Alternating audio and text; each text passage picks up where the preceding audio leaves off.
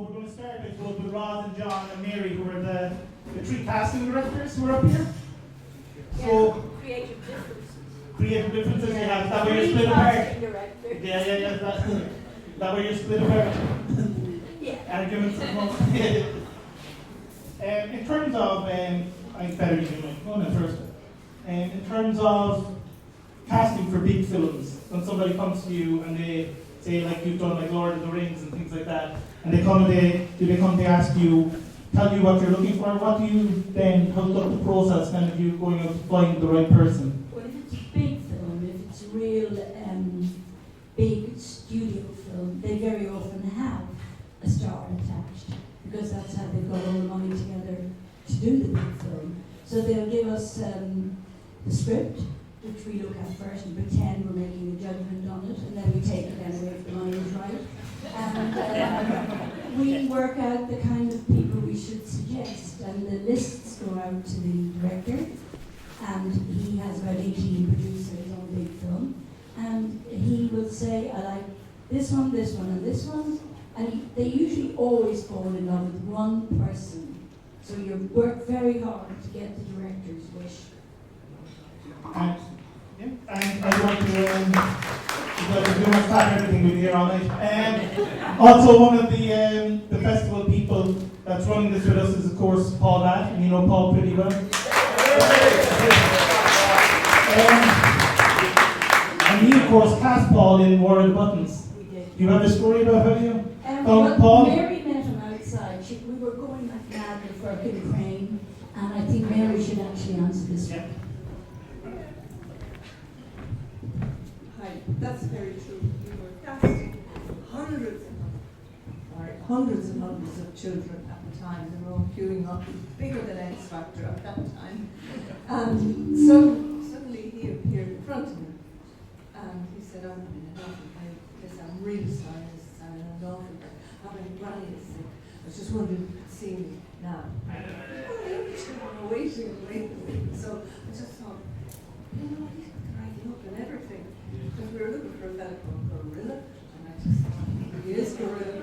But he was so sweet. Honest to God, butter would melt in his mouth, and I just said, okay, go on, Mom, that's see you now. Tell your Granny I was asking for her. And he's now risen to the heights of working with us, so. It's still a girl. He's born to work in the film business, whatever capacity. Thanks, Josh.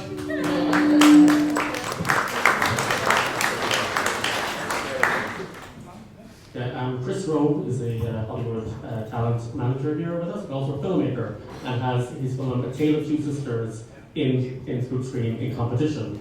It's being shown tonight ahead of the film. How do you feel about coming halfway across the world to share your film with the people? Well, I feel great about it. I love Ireland, and any excuse to leave Los Angeles to come here, and I brought the weather with me. So I think it's great. I really, it was a labor of love. The project was. You'll see in the movie it's dedicated to George Romero. For those of you who know who George is, I was George's manager until he passed a couple years ago. And for all you young filmmakers out there, or older filmmakers out there, his words haunted me all the time, because he would always say to filmmakers or to people that he knew, stop talking about doing something and do it. And once you start it, finish it. And I started writing a whole series of these back in 2010, 2011. And after he passed, I found all these notes on my desk. And I thought about it, and I thought about him, and I thought, I guess it's time to do this. I got the idea for it in Scotland, and I was there for 8 weeks on something.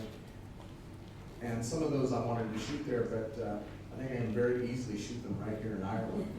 And I'd love to do that. So I'm happy to be here. Yeah. You're a real scholar of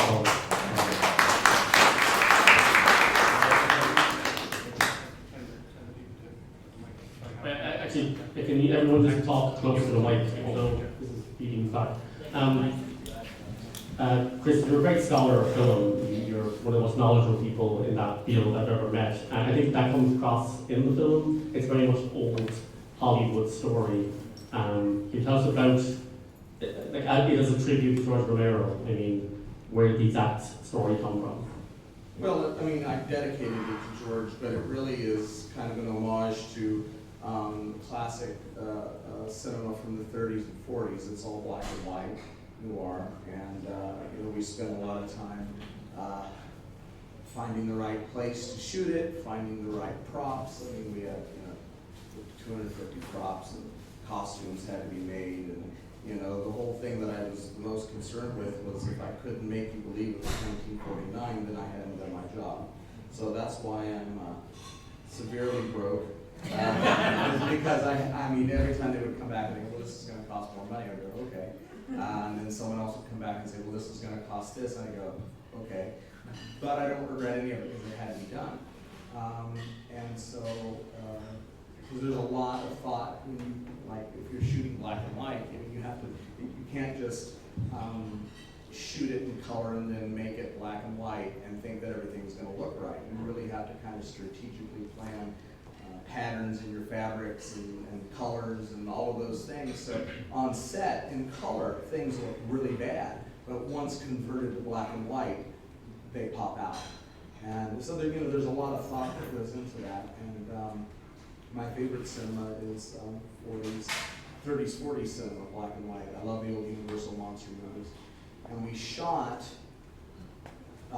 in the main mansion that you'll see. We shot it in James Whale's old home, who made Frankenstein, The Bride of Frankenstein, Old Dark House, Invisible Man. So that was a really thrill. So I got to kind of sprinkle photos of him throughout the house, and he was there. So that was the inspiration. Really, was just my love for that time period. Whether you like that time period or not, I don't know. I guess it doesn't matter. You're stuck watching it before you do it. But anyways, I'm curious to see what you think if you see me walking around afterwards in a daze.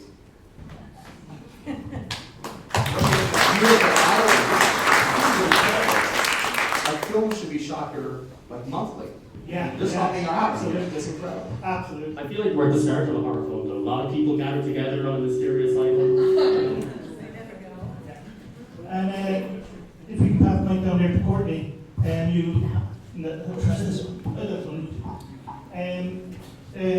Courtney came over with Chris. He's a little bit delayed getting here, but he got here in the end. Yeah, well, Chris has been my manager for, 16 years? Yeah. So it's all his fault I'm here. Well, I'm here from dealing with that guy. And he was here when we first met. Yeah. For those of you who don't know, Courtney, of course, from Children in the Corner, we're actually screening that in the gate tomorrow evening. If you want to come along to that, Courtney's going to do a bit more in-depth talk about that there. But in terms of that role, was your first role in film? Yeah, it was my first feature. The first thing I did before that was a Safeguard soap commercial, and then that was my first feature. And 35 years later, here we are, we're still talking about it. So pretty amazing. And what was it about that film do you think that people just loved? I think the reason that movie connects teenage angst generation to the next one is it's about the small town of kids who basically kill all the parents and run the town. I think for every teenager universally, that's a great fantasy. That's rock and roll right there.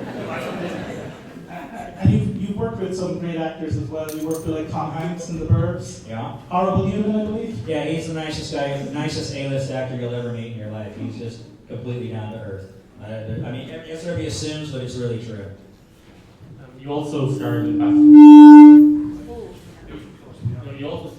the Future. I have a tiny role in Back to the Future, but huge trilogy, yes. Yeah, and how was working with Zemeckis and everyone there? Robert Zemeckis obviously is a great filmmaker, but he really just shoots the heck out of something. Like the big dance at the end, I think we shot that for 3 days. So you just basically shot it from every angle, every imaginable thing you could think of. One little quick story about that though. So I had a very small role in that, but I worked, and now they have to drop pick you up, and they can't put you on hold anymore. And right after that, a lot of people know this, Eric Stoltz actually started the film, and he got fired. So I was on pay leave for about 5 weeks, which for a role that maybe should have worked 3 days. So it was it's been an absolute cash cow blessing that movie for me. So thank you, Back to the Future. And is there anyone here who watches like the TV show Criminal Minds? Is there anyone who's seen episodes of that? Do any of you remember Courtney in an episode of Criminal Minds? It was was it last season? 2 seasons ago. I had my It long looks a red little hair different. back. Yeah, I had my long red hair back again for that. But that was a really, really crazy, challenging role. It was I was supposed to be the unsub, right, the bad guy, but it was really a twist at the end. So it was pretty cool. The fun part to play, I imagine. Yeah, it was crazy. Absolutely bonkers.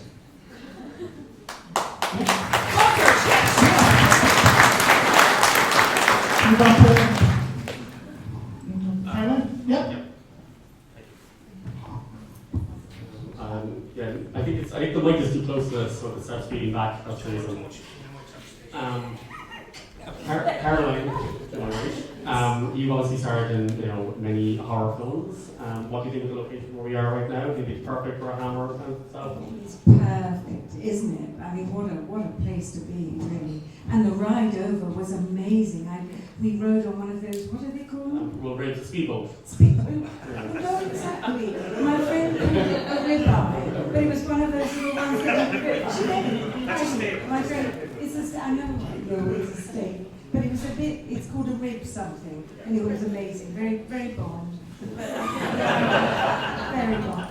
I think the island is extraordinary, and it's lovely to see you all here.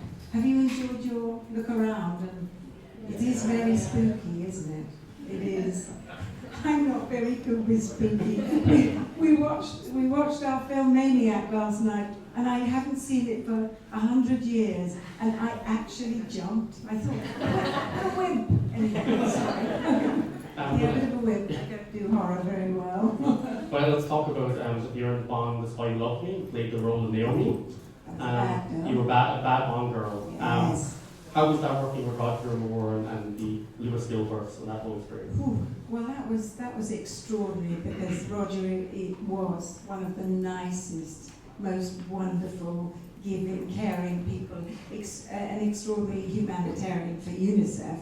But he was very self-deprecating and I think and modest too. So he didn't feel. I got the feeling he kind of took the mickey out of himself. But he was so good at what he did. He was so professional, and kind of the bigger the actor, the more you expect them to be a bit of a diva, and he was no diva. He was extraordinary. He was there for my eyeline off, which is wonderful. Instead of a hand, sometimes you get a hand, but he actually was there, and he gave me my lines back, and he was funny. He was just a real gentleman. He was. I don't know if anybody met him or any of you lot work with him or meet him? Didn't you? Did you not? Oh, did you not cast him? Roger Moore. He was gorgeous. Was he? There we are, was he not gorgeous in every role? Oh yes. Now you know how you can get cast by your own songs. Look like Roger Moore, boys. It sounds like the nicest celebrity since Tom Hanks. Yes, absolutely. Nobody did it better. Sorry.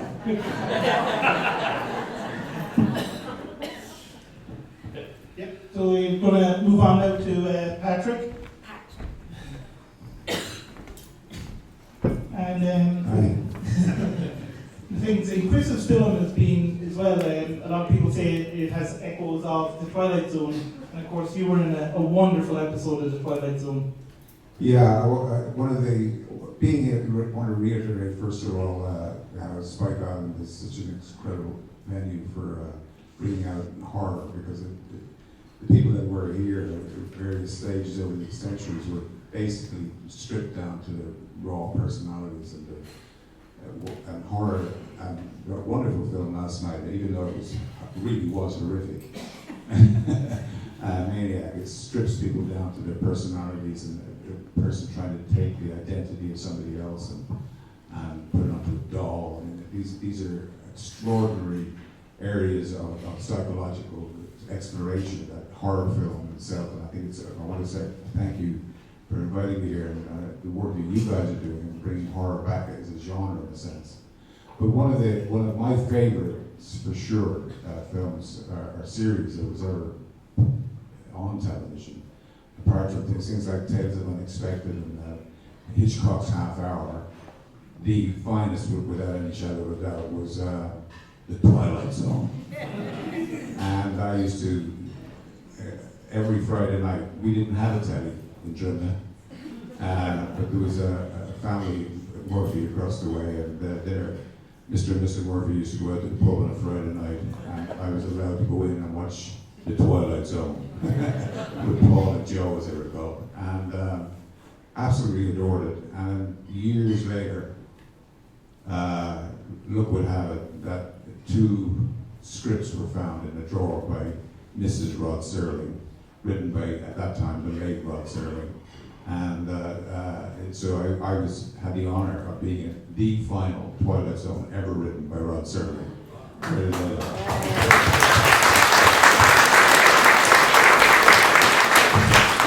And I had the privilege of working with the curmudgeonly Jack Palance. Yeah, how you doing, Jack? And he was, just to finish off on that, reiterating the part of what the genre is, he had discovered the secret of eternal life. And his neighbors in this rural place in North America, I think it was South Carolina or somewhere, decided that he couldn't afford to let him go, so he cut his legs off. And I played a doctor who comes down to try and get the recipe from him.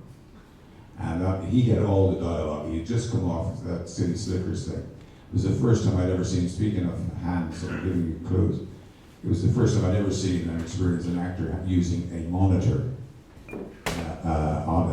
in a film. So he was reading these lines on either side of the camera, but only the way Jack Palance could do it by squinting up his eyes, and he got away with it. So yeah, and just to say that also that I had the honor of being cast by Miss Ross Hubbard in the Patriot Games, and it was a delight and honor to be considered by you. Thank you very much.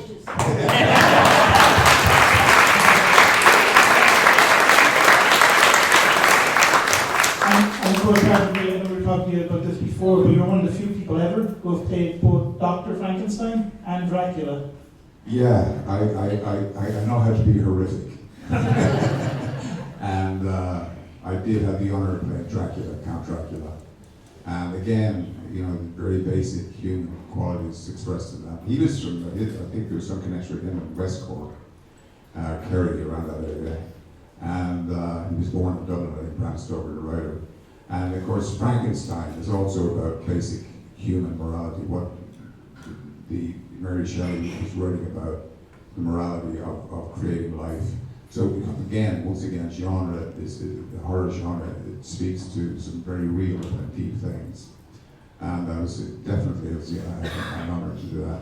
And just to conclude, the other one, which I'm probably most famous for, Sleeping with the Enemy, it's as far as I'm concerned, a slight horror film. And I remember when we were doing that, it was based on a novel, and in the novel, the lead character, was played by Julia Roberts, cuts her hair and flushes it down the toilet in the book. And while we were shooting it, she takes off her wedding ring and puts it into the toilet.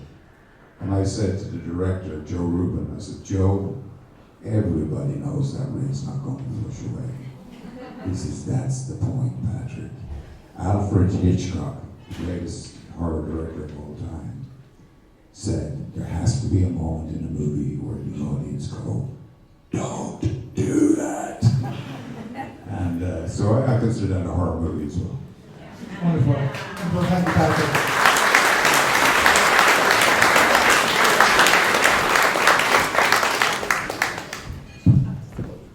And now Liam Cunningham.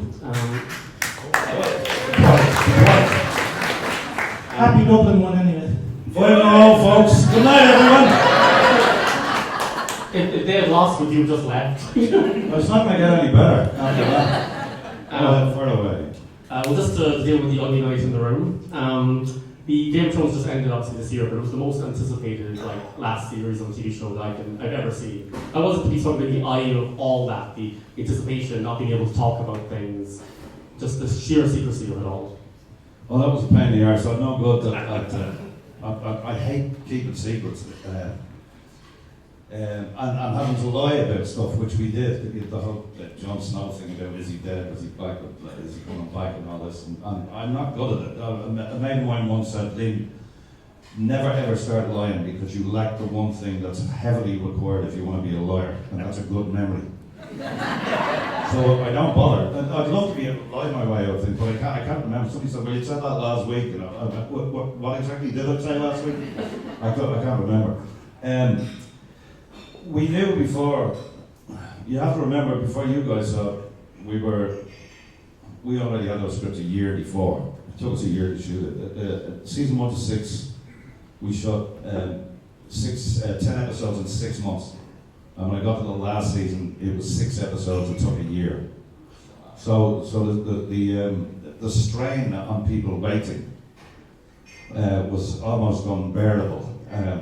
Not for the audience as well as us. So and we knew going in, it doesn't matter if we'd have resurrected Jesus Christ and put him up and go at the last episode, people would have said, I wasn't expecting that, but it wasn't like we were never going to win. And even David and Dan, before I went out to somebody in an interview, said to them, we're going to watch the last episode. I said, well, we've already seen it, we made it. And I said the two boys were going with their families onto an island with no mobile reception and large crates of tequila. And everything that happened was predicted. But people had such an ownership on the show that whatever you did was going to, for some, was going to disappoint. But it was incredible. It was an extraordinary ride for all of us because it turned from a TV show into a cultural phenomenon. But it was wonderful to be part of it. It's beautiful storytelling. The writing was magnificent. It's one of the few gigs I've ever done where the script you got a month and a half before you started shooting was 99.9% exactly the same at the end, and that's almost unheard of. It was a lot of places shows that treat the script as a work in progress and will fix it. Not these boys. They're magnificent writers, and also it wouldn't have happened if they hadn't met in Trinity College in Dublin, which is where they actually said hello to each other. But what I think, because I'm going to forget, I have also got to thank the gorgeous Hubbards for giving me a start, because I was in West Cork and I did War of the Buttons down here, and apart from a tiny close-up in what was that thing? Mike, Christ, isn't that awful? Into the West. Apart from a tiny a close-up in it. These gorgeous people put me in and championed me at the start. I wouldn't have a career without these two. Applause.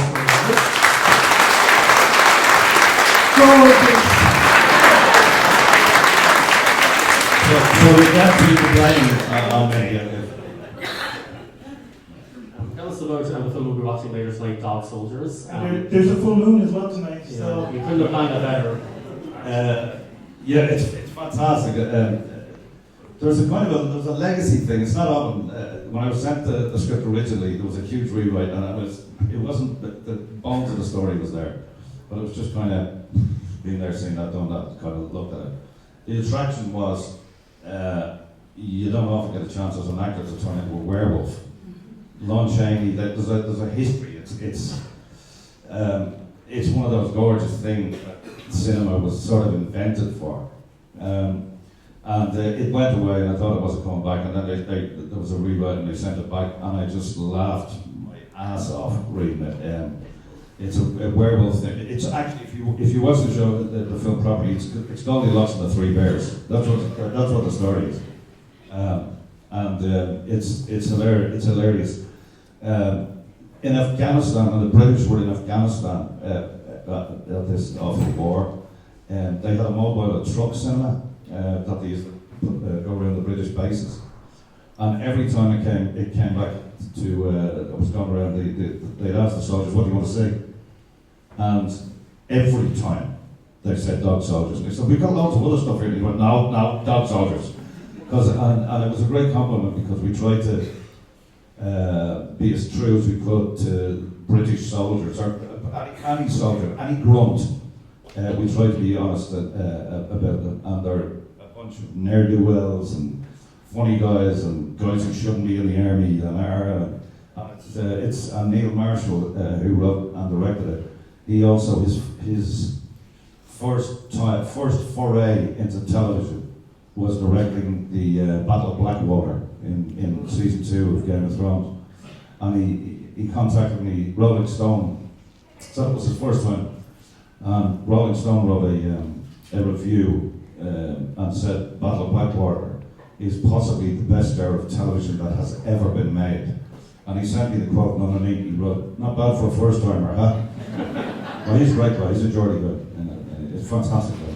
I do notice that people have like a very intense feeling when you mention Dog Soldiers. People who love it, like really love it. Yeah, no, it's not. It's got a huge cult following, and deservedly so. It's an independent that doesn't pretend it's not an independent, and at the same time, it's absolutely ridiculous. They haven't got the money for werewolf transformations and all. I still have my teeth, my werewolf teeth, and Sean Pertwee rubbed my eyes. I have these full scleral eyes that I've never. I wear contacts now, accelerated decrepitude, but these things were absolutely horrific.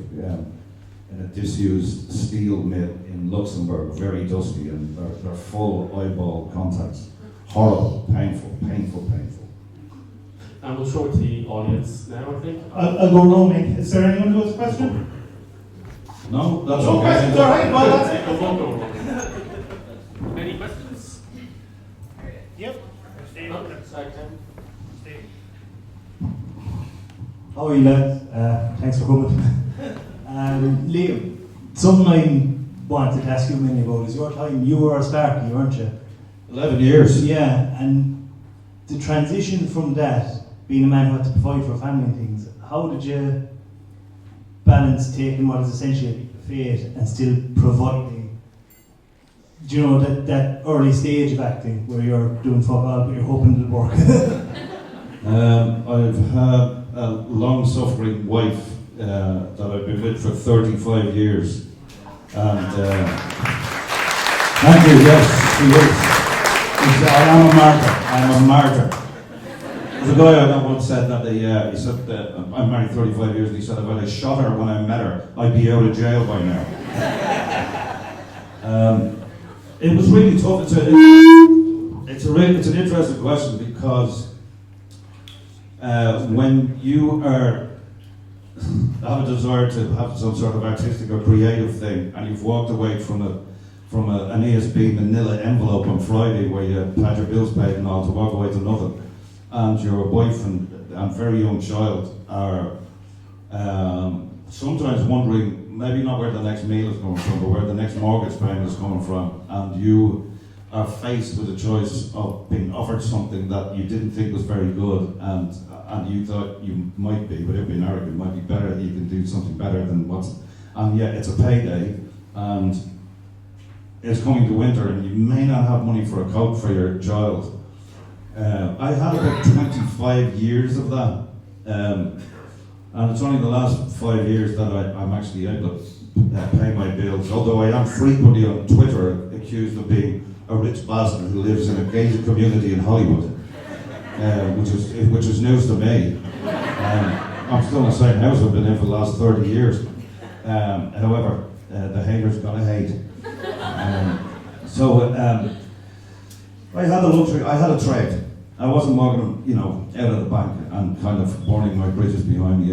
If I tentatively gave myself about 5 years at the start and said, well, I'm going to have to wipe the rust off the toolbox if it doesn't work out. And lovely people like John and Roz and Mary saw something that I prayed somebody might see, and they were very generous to me, and hence there are shoes on my children's feet.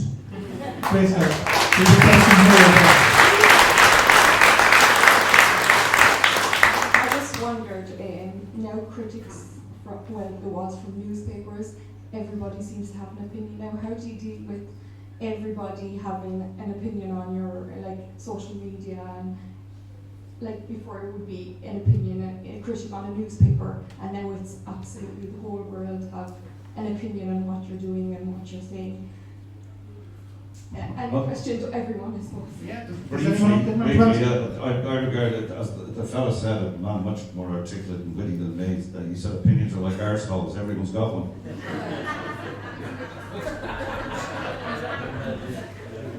What, you want to take over after that? I'll get me a coat.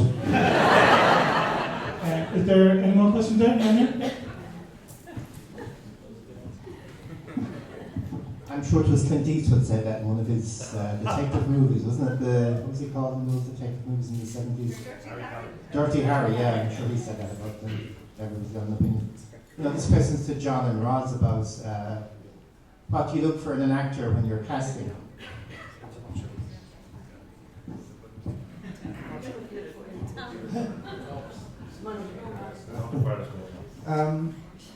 I think the first thing is an intelligence, an understanding of the script that you've given me, and you. I don't do. I'll tell you the thing about casting. It's all about instinct, and you can't teach instinct. So what you're looking for is something that moves you. And I mean, we must have met, I don't know, 100,000 actors, and it's always the same thing. You know, the first 5 are very good, but not quite. There's something missing, and then somebody comes in, and it's the way that they present it, the way they say the lines, the thought process behind it, and it suddenly just knocks you off your feet, and it's just so exciting. I mean, we've been in so many situations. I mean, getting the lead singer for The Commitments was the first time that I saw a director who was sitting down actually just stand up and jump up and down and punch the air, and I knew exactly what was happening. You know, that's what it's like. So. Is that answer? Any other questions? Great.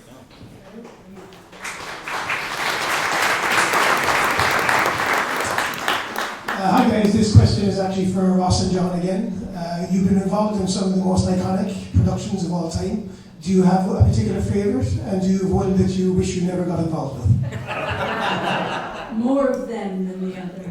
Because in a lot of films you don't even see. It might be a student film, they've come in and you're full of hope for them, they're full of hope for the film, the bloody thing never gets shown. Somehow they've lost interest in that and they do another one and they've gone to somebody else anyway by then. But I think I haven't, because I haven't got a favourite or a hated. Well, yeah, I have hated ones. I have hated ones, but I'm not going to tell you those because they were good enough to use us. But the favourite that I would take to the desert island would be The Commitments, because it was truly our first film, and it was a privilege. It was the greatest fun and brilliant. And Alan Parker is not easy. He beat the head off you if you felt like it, but you really got it. At the end of every day, you went home, you knew you'd hit the spot. It's great. Another question here. Is for Caroline, and I suppose the opinion of all the panel. Caroline's next Bond girl, and there's been a lot of talk there in the last week or two where Pierce Brosnan commented about Bond possibly being played by a female. I was just wondering what your opinion would be of a female Bond. I can't see you. Where are you? Hello. Oh, hello. Hello. That's nice. Nice to see her face. I can't see it. I hate to say it, and I'm so for women and all equality and all that. I can't see personally a female Bond. I can't see it working. I mean, yes, a female character, like a Bond, like a Bond, you have all these wonderful, you have the Marvel, all these wonderful women coming up now, you have Wonder Woman, so that, I can see that. But a Bond, a Jamie Bond or a Jane Bond, I don't see it. I can't see it at all. And also Ian Fleming, that was not, it was his baby, and that's not what he envisaged. So I can't see it personally. I'd be interested to see what the others think. Maybe we could do a hand vote, if you know what I mean. I mean, what do you think of a female Bond? Trust you. Always one would be you, but I can't say. I mean, what do you think? What do you think? The lady who asked the question. Steve? No, I can't see it.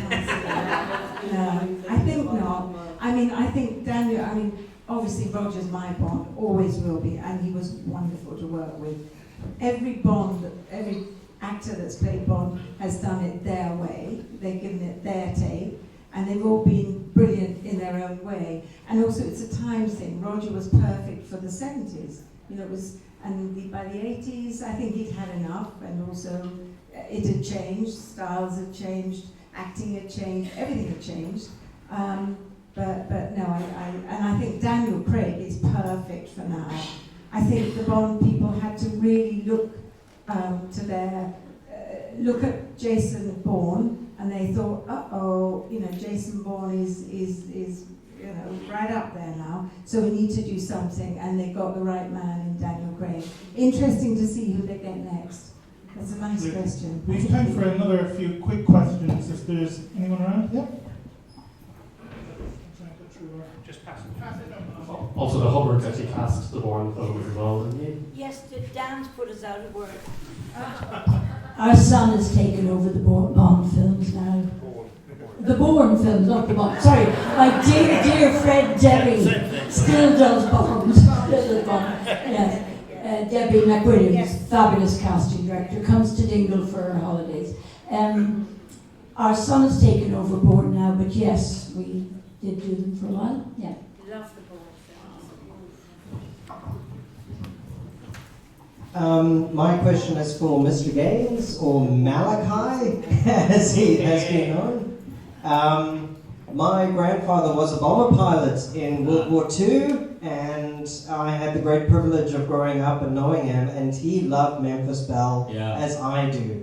And I had very quick questions here, but I was just wondering if during the making of the film you actually had the opportunity of going up in a B-17? That's an excellent question. So yeah, we shot that actually in London in Pinewood Studios, and we got here we got there on July 1st, and on the 4th of July, which of course is not celebrated in London, it was very strange as an American actor to be there for that. We actually got to go up during second unit photography and go and fly in a real B-17, and that was pretty cool. Oh, that's amazing. Yeah. And my second really quick question is, if possible afterwards, could you sign my B-17? You got it. Oh, Just thank you. one quick thing I want to say about that. You know, I've had many people come up to me, younger men, and say they, you know, like went to see the film with their grandfather who never talked about World War II, and then after the movie would open up and tell them stories for the first time. And to me, that's the power of cinema, that it can open up conversations like that. That moves me. I think that's amazing. So thanks for the question.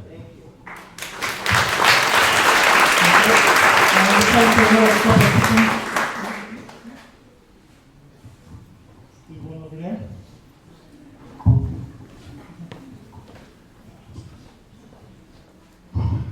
I have a question there for our two famous Irish actors, Liam and Patrick. First, Patrick, I saw you in a lot of films, but you were on a show there on RT called Red Rock, and I thought you were brilliant.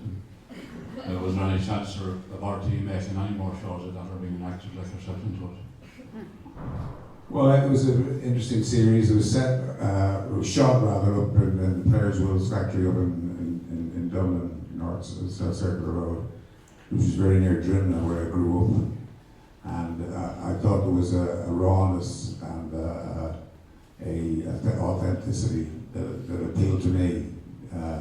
So I know there are other shows on TV that are what you might call street soaps, and I think there will always be a market for that. And I did go on then to do similar kind of role in EastEnders. So I always felt as a proper actor you wouldn't do a soap, you know what I mean?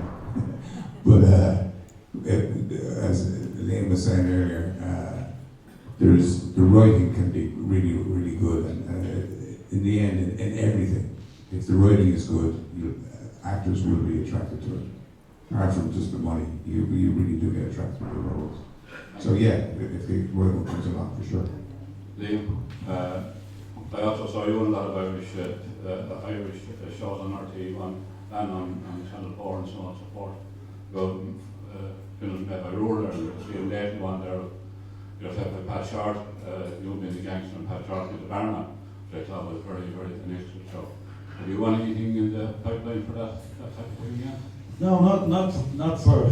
I've just finished robbing the Bank of Spain. I was in Madrid doing that, and the thing I did immediately before that, I think it's out this week or something. It's gone out in the States with the wonderful Juliana Margulies, from The Good Wife. She's a fantastic one. I love working with her. And I was 4 months in Toronto and a month in South Africa doing that, and that's kind of the story about how Ebola in 1989 was unleashed 10 miles from the White House. A true story, also. And that was interesting. I'm happy that one of the things I used to smile and gloat most about was when people asked about Game of Thrones, is it tough being away from home for that length of time shooting that? And I went, quite a bit of the filming was in Banbridge, which is 45 minutes drive from my front door. So I consider that an Irish production. And it was to be in, at this time that the purported to be the biggest show on the planet, and it's 45 minutes from your front door. It's just, I could have almost commuted to Westeros, which is fabulous. I'm happy. I love the two greatest joys of my life were doing The Winter Strikes the Barley and Hunger, and they were visceral Irish stories. And there's a million stories where in our DNA is storytelling, because for so long we had so little, and we had to use our imaginations. And I would be happy to service anybody that's told a story that I can be useful to, and work from home. Love to go home with an evening. It'd be wonderful. I'm sure, fingers crossed it'll happen again, but there's nothing in the pipeline as yet.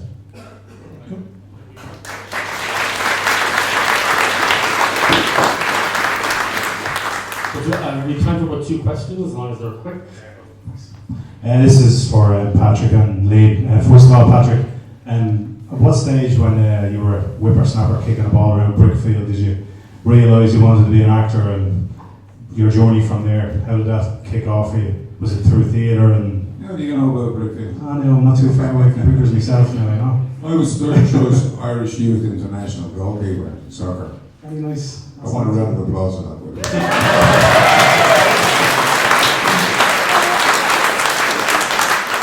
A guy called Paddy Roach got the game, and he went on to play for Man U. So I was beaten by a good one.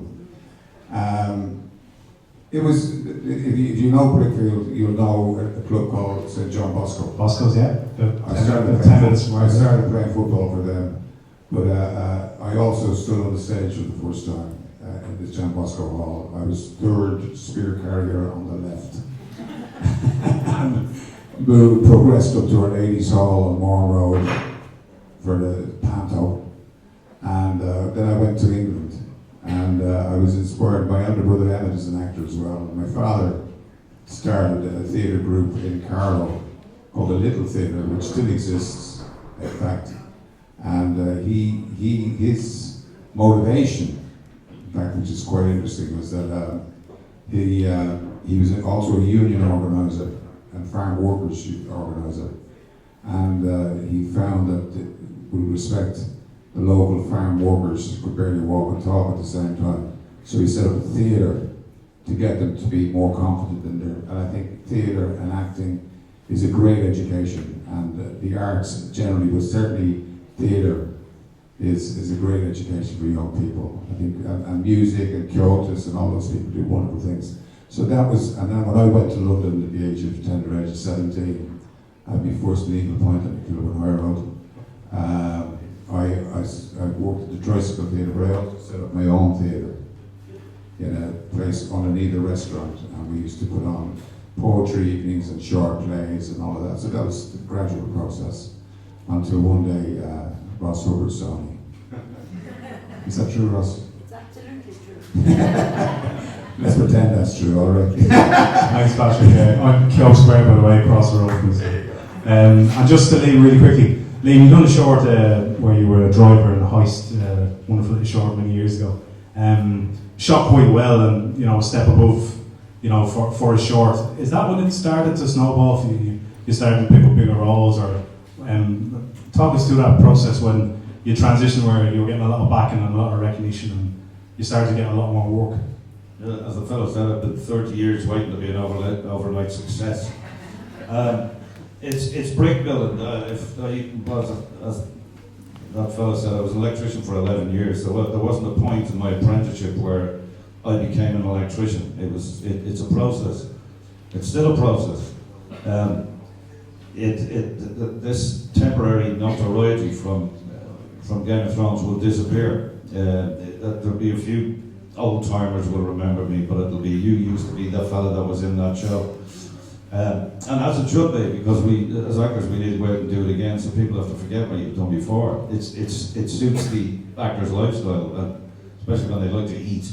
There's no point. There's one of the most gorgeous moments I had in 2006 when Effective Barry won the Palme d'Or, and we were standing on the top step in that iconic Cannes red carpet thing, and I was standing beside Cillian Murphy, and when we came out we didn't know if we were going to be killed after the movie or anybody would get it, and we got a 20-minute standing ovation as we stood outside. The photographers started clapping their hands because the buzz was going around. But while we were standing in Cannes on the PA, they played O Roche de Vahawalia, and I looked at Cillian and I said, they're playing our song.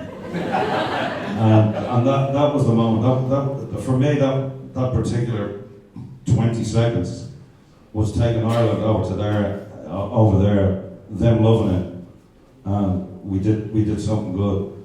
The Game of Thrones thing, when people are screaming about the Red Wedding and blah blah blah, and all, you get moments. There's no, I'm up there, that's great. I can look down on the scum below me. It doesn't work like that. I might go for my next job and I won't get it. And long may it be like that. That's the way it should be. Nice.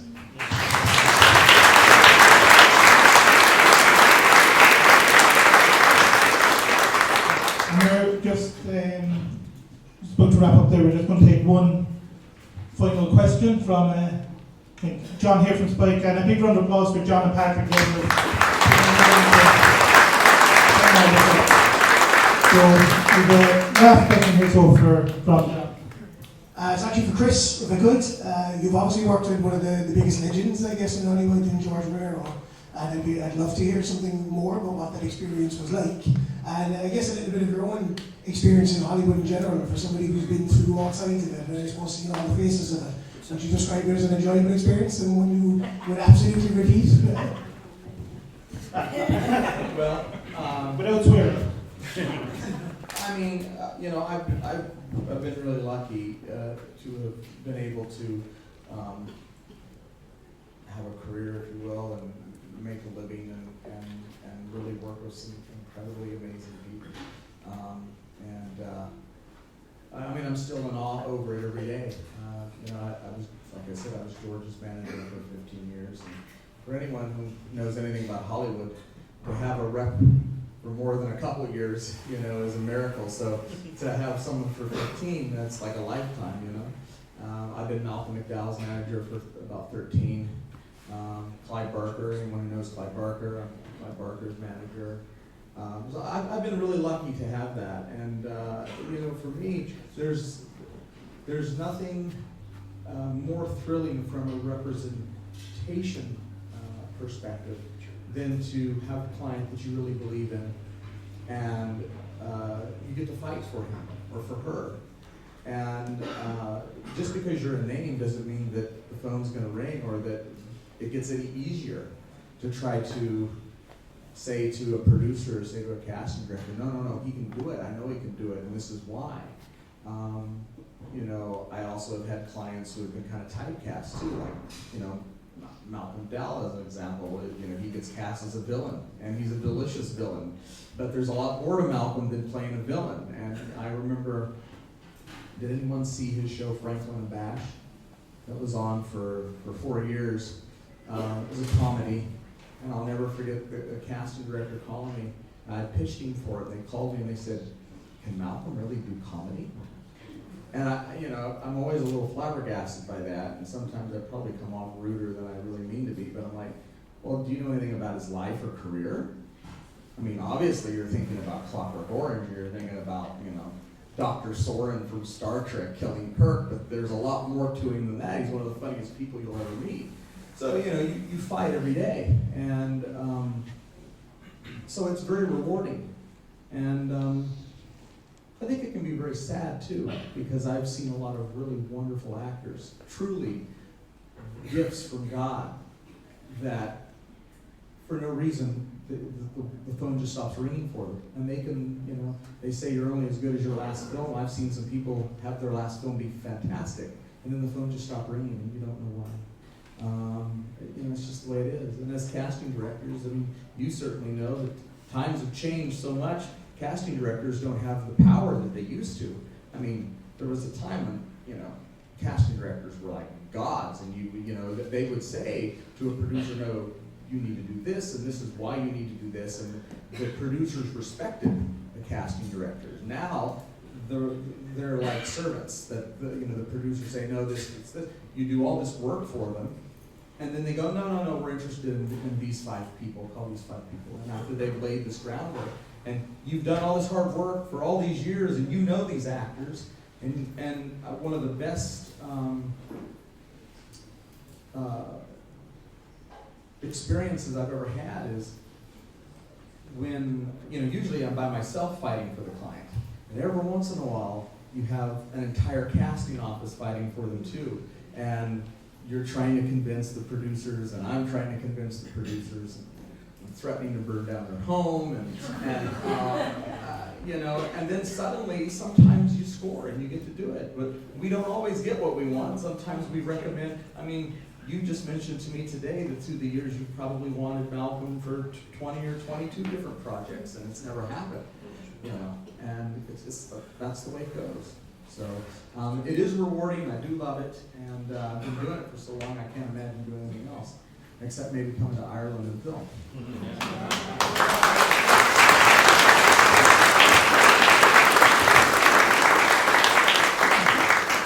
That's all the time we have for this portion, but stick around for a screening of Tale of Two Sisters, directed by Chris Rowe, and Dog Soldier, starring Liam Cunningham. They'll be in the main hall and the children's prison. It's a very strange sentence to say. So, thank you very much.